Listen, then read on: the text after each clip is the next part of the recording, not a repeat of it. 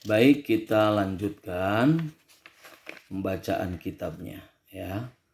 Ini yang krusial, ini sengaja saya bacakan.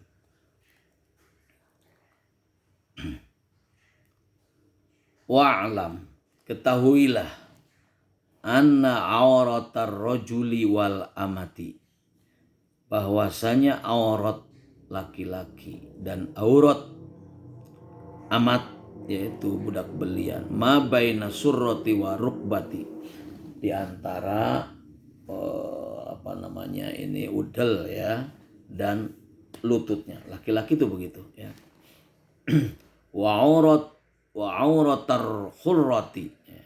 Tadi atap dari anna ya. Wa auratal khurrati, dan auratnya perempuan merdeka, jami'u badaniha illal wajha wal kafaini, yaitu seluruh badannya kecuali wajah dan dua telapak tangan. Hadza huwa al-ashah. Ini adalah pendapat yang paling valid, yang paling sahih ya. Wa mimma ta'ummu bihil balwa fit tawab, dan di antara keumuman balwa ya, atau satu peristiwa-peristiwa yang di luar dugaan, yang sulit dihindari di dalam tawaf,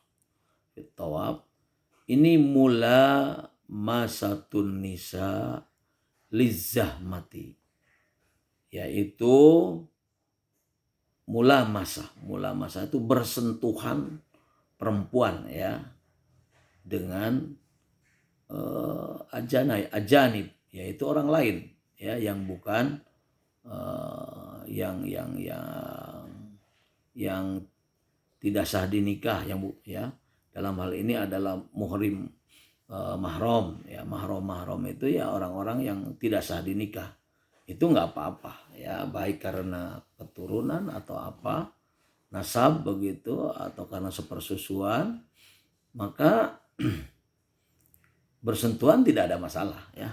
Tetapi ketika dengan suami kita misalkan ya, atau dengan orang lain, nah ini menurut madhab Syafi'i menjadi masalah kalau kita bersentuhan itu ya.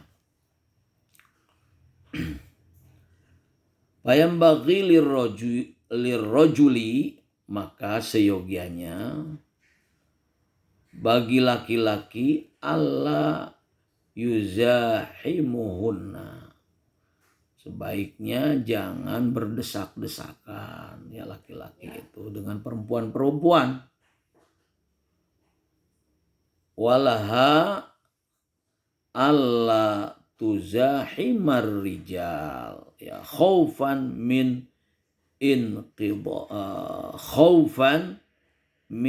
intiqadit tahara. Dan bagi perempuan juga jangan berdesakan dengan laki-laki, khawatir membatalkan toharoh ya.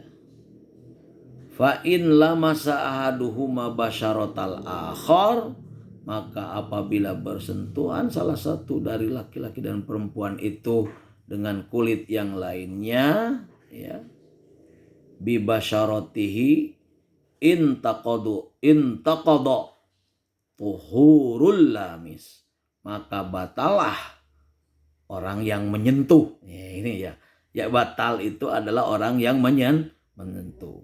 Si laki-laki menyentuh perempuan, si perempuan juga menyentuh laki-laki. Nah, bagaimana halnya dengan yang disentuh?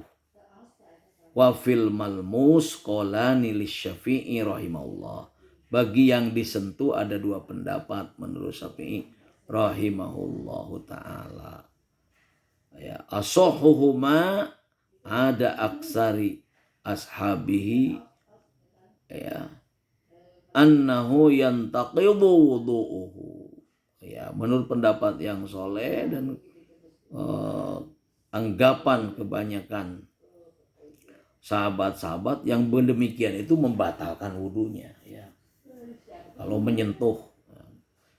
Wa huwa nassuhu fi aksari kutubihi ya. Ini adalah teks pada kebanyakan kitab-kitabnya. Tuh ya. Ini Imam Syafi'i seperti begitu.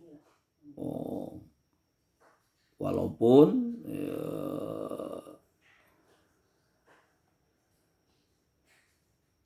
ada di antara sahabat-sahabat Imam Syafi'i yang tidak seperti itu pendapatnya. Berarti ashab Syafi'i ada yang berbeda, berlainan dengan Imam Syafi'i.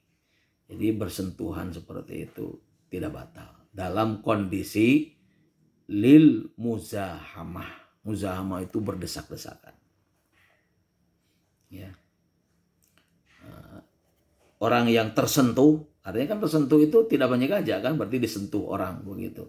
Nah itu kalau disentuh atau tersentuh begitu, maka ini Imam Syafi'i khususnya, tapi sahabat-sahabatnya berbeda pendapat dengan Imam Syafi'i. Ya, Imam Syafi'i itu batal. Wa huwa nasu fi aksari kutubi. Wasani layan taqidu. Tetapi menurut pendapat kedua ya tidak batal. Nah ini kita akan mengambil pendapat ini nih, masih dalam Imam Syafi'i ya. Waqtarahu jama'atun qalilatun min ashabi. Tetapi yang memilih pendapat kedua ini ya jamaah minimalis ya, kecil dari sahabat-sahabatnya. Wal mukhtar al awal, yang paling dipilih adalah pendapat pertama ya, pendapat yang pertama. Jadi di sini ada dua pendapat, batal dan tidak batal. Itu malmus. Artinya berarti kalau malmus itu orang yang tidak sengaja. Tapi kalau orang yang sengaja mengusap itu sepakat tuh. Sengaja kita mengusap orang atau membawa istri kita sengaja dengan tangannya begitu, itu jangan pakai seperti itu. Jangan menyengaja. Ya, memang di pendapat-pendapat madhab lain ya seperti Imam Abu Hanifah ya itu boleh saja kan berpegangan tangan karena tidak membatalkan wudhu kalau Imam Abu Hanifah ini ya. Nah, Imam Abu Hanifah ya silakan aja. Imam Malik juga tidak batal wudhu ya. Kalau Imam Hambali batal wudhu kalau ada syahwat, nah gitu kan. Kalau Imam Hambali batal wudhu kalau ada syahwat. Nah, Imam Syafi'i itu ada syahwat, tidak ada syahwat, tetap saja batal kalau bersentuhan itu, menyengaja menyentuh begitu. Nah begitu ya. Dalam konteks muzdahamah,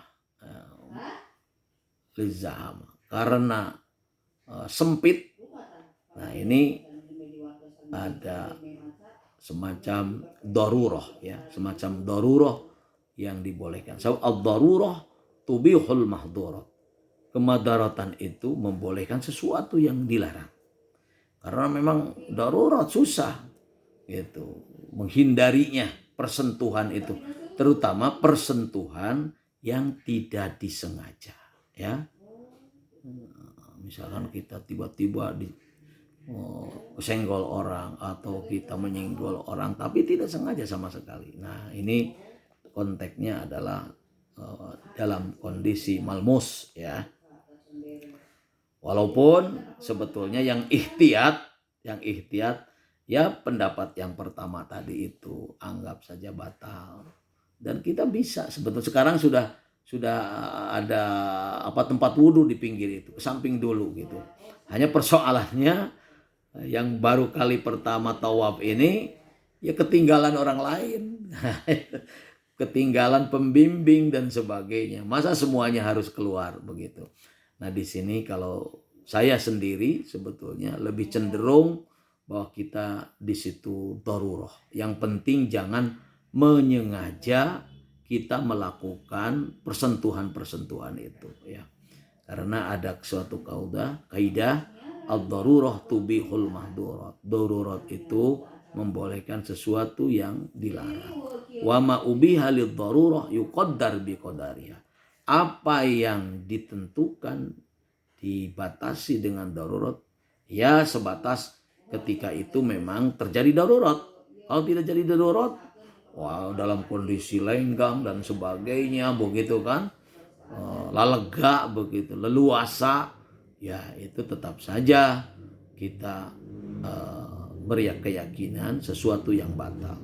Dan kita wudhu dulu kalau ngiblatnya madhab kita kepada madhab Imam Syafi'i.